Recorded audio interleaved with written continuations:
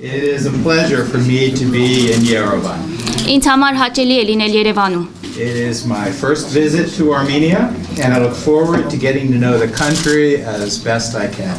Առաջին անգամն եմ Հայաստանում եւ փորձում եմ երկիրը հնարավորինս լավ ճանաչել, հնարավորինս լավ ծանոթանալ երկրին։ I am here to listen and learn as I take up my new position as U.S. co-chair of the OSCE Minsk Group.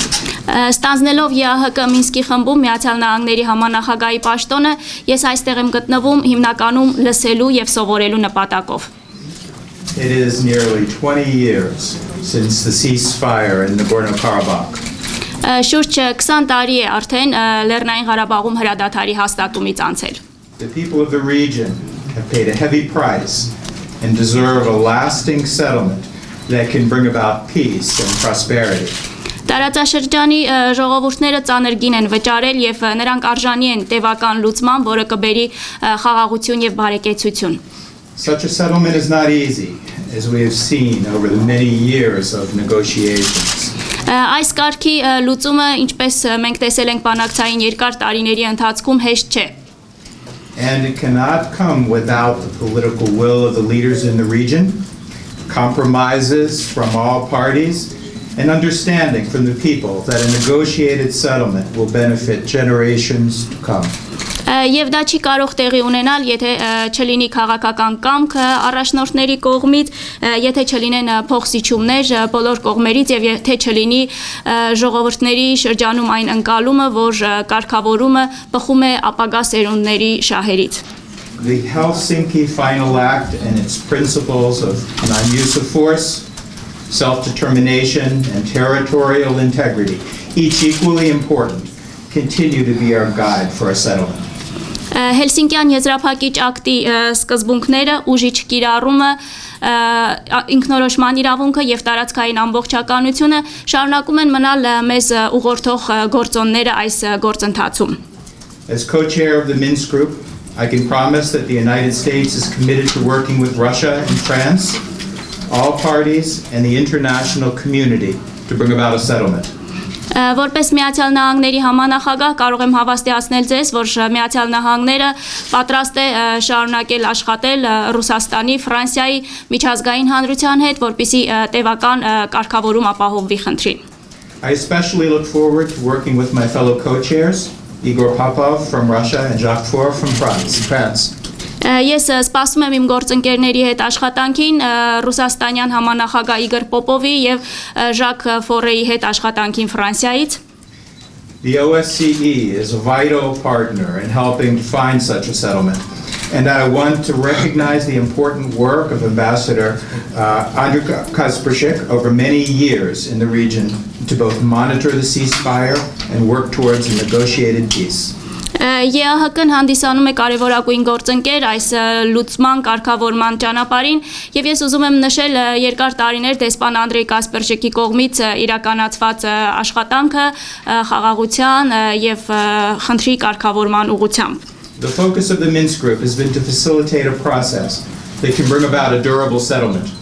Մինսկի խմբի գործընթացի ուշադրության կենտրոնում հիմնական խնդիրը եղել է կուռ տևական լուծում գտնելը։ I also want to highlight the importance of confidence and security building measures and so-called Track 2 initiatives, people-to-people programs that can bring about the understanding and trust needed to prevent future conflict.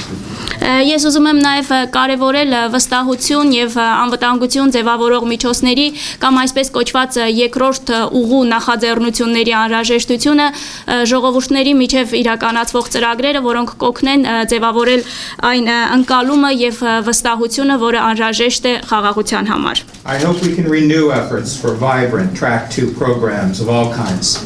Կարծում եմ մենք կարող ենք թարմացնել մեր նորովի ջանքեր ձեռնարկել երկրորդ ուղու բոլոր հնարավոր նախաձեռնությունների մասով։ And I look forward to working with the region's leaders through the Minsk Group on a negotiating process that leads to security, stability, and prosperity for the region.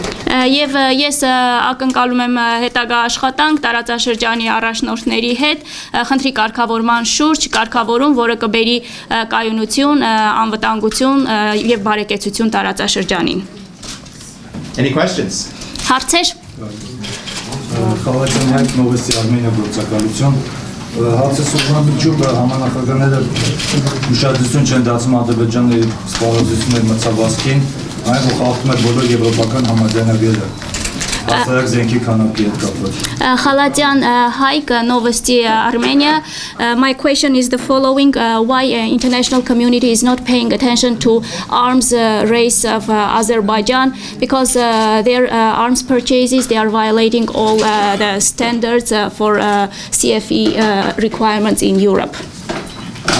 I just came from Baku and I was there to listen and to learn, just as I'm here in Yerevan. Ես այստեղ գալուց առաջ եղել եմ Բաքվում, այնտեղ եւս իմ գտնվելու նպատակը ծանոթանալ, լսել, իմանալն էր։ We talked specifically in Baku about how we can come to a negotiated settlement. Եվ Բաքվում մենք խոսեցինք այն մասին, թե ինչպես կարող ենք բանակցություններով կարգավորում գտնել։ Of course, we want to avoid an arms race, but most importantly, we want to ensure the security and stability of the region and that the conflict be resolved in a peaceful manner. Անշուշտ մենք ցանկանում ենք խուսափել սպառազինությունների մրցավազքից եւ մենք ցանկանում ենք, որ անվտանգություն եւ խաղաղություն լինի եւ խնդիրը խաղաղ կարգավորում ստանա։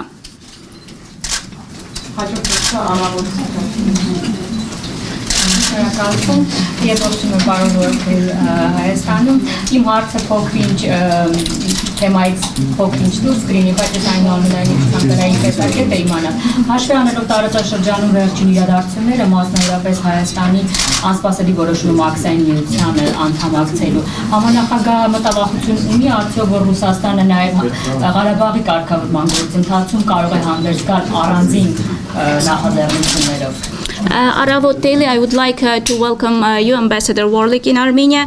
And my question is a little not quite to the topic.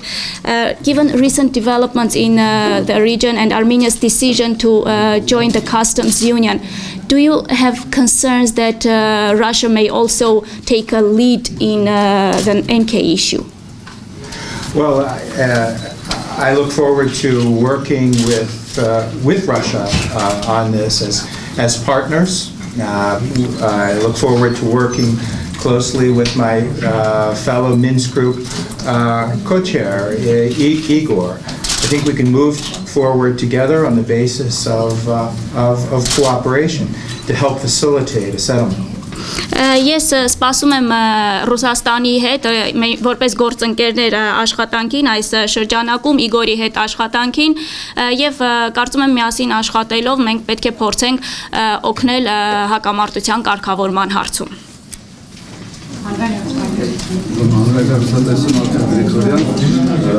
Պարոն դուք շատ հագեցիք Բաքու ձեր այցը, մենք ևս հետևում ենք բնականաբար եւ բացի նրանից ինչ որ դուք ասացիք, նաեւ կային մամուլի հաղորդագրություններ, մասնավորապես պաշտպանության եւ արտաքին գործերի նախարարների հետ ձեր հանդիպումներում այնտեղ կար դժգոհություն առաջընթացի բացակայությունից եւ նոր գաղափարների պակասից։ Միևնույն ժամանակ մենք կարդացինք պարոն Օբամայի նամակը Իլհամ Ալիևին, որտեղ նորից շեշտը դրվում է, որ փոխզիջումը պետք է լինի արդեն բանակցվածի հիմքի վրա։ Դուք ինչպես եք տեսնում հետագա առաջընթացը, երբ Ադրբեջանը չի ուզում հիմնվել բանակցվածի վրա, այսինքն դժգոհ է դրանից, բայց ձեր նախագահը կոնկրետ պնդում է, որ դա պետք է լինի բավական պետք է կառուցվի բանակցվածի վրա։ Շնորհակալություն։ Arthur Grigoryan from Public TV.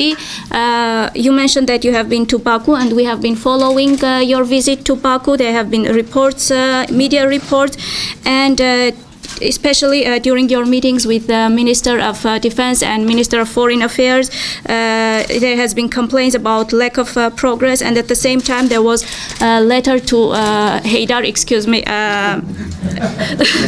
Ilham Aliyev, and in the letter President Obama was reiterating that compromises, there is a negotiated set of compromises and the future progress should be based on it. So how you see future progress if Azerbaijan seems not to be willing to follow the already agreed, to follow up on the agreed points? Thank you.